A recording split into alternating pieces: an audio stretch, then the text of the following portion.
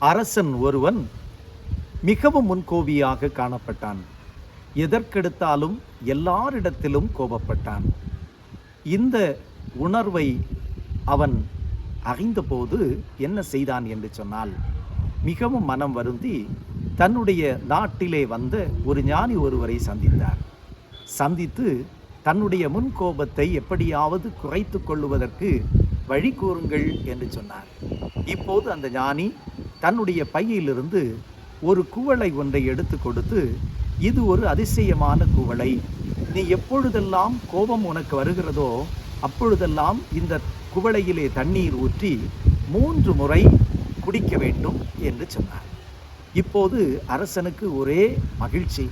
ஏனென்று சொன்னால், தன்னுடைய கோபத்தை கட்டுப்படுத்துவதற்கும் கோபத்தை தவிர்ப்பதற்கும் ஒரு வழி கிடைத்து விட்டது என்று சொல்லி மகிழ்ச்சியோடு அந்த குவளையை பெற்றுக்கொண்டு சென்றான். எப்பொழுதெல்லாம் கோபம் வந்ததோ அப்பொழுதெல்லாம் அந்த குவளையிலே தண்ணீர் ஊற்றி 3 விசையாக அவன் குடித்தான். கோபம் தணிந்தது. நாட்கள் செல்ல செல்ல அவனுடைய கோபம் கொஞ்சம் கொஞ்சமாக குறைந்து முற்றிலுமாக அவனை விட்டு அகன்று போயிற்று. இப்போது மறுமுறை அந்த ஞானியை சந்தித்தார். ஞானியை சந்தித்து உள்ளத்தின் ஆழத்திலிருந்து அவருக்கு நன்றி சொன்னார். உம்முடைய அதிசயமான குவளை என்னுடைய கோபத்தை மாற்றிவிட்டது என்று சொன்னார்.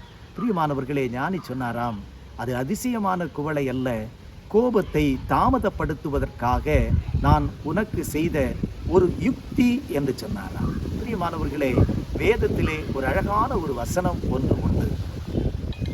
என் பிரியமான சகோதரரே, யாவரும் கேட்கிறதற்கு தீவிரமாயும் பேசுகிறதற்கு பொறுமையாயும் கோபிக்கிறதற்கு தாமதமாயும் இருக்க கடவர்கள்.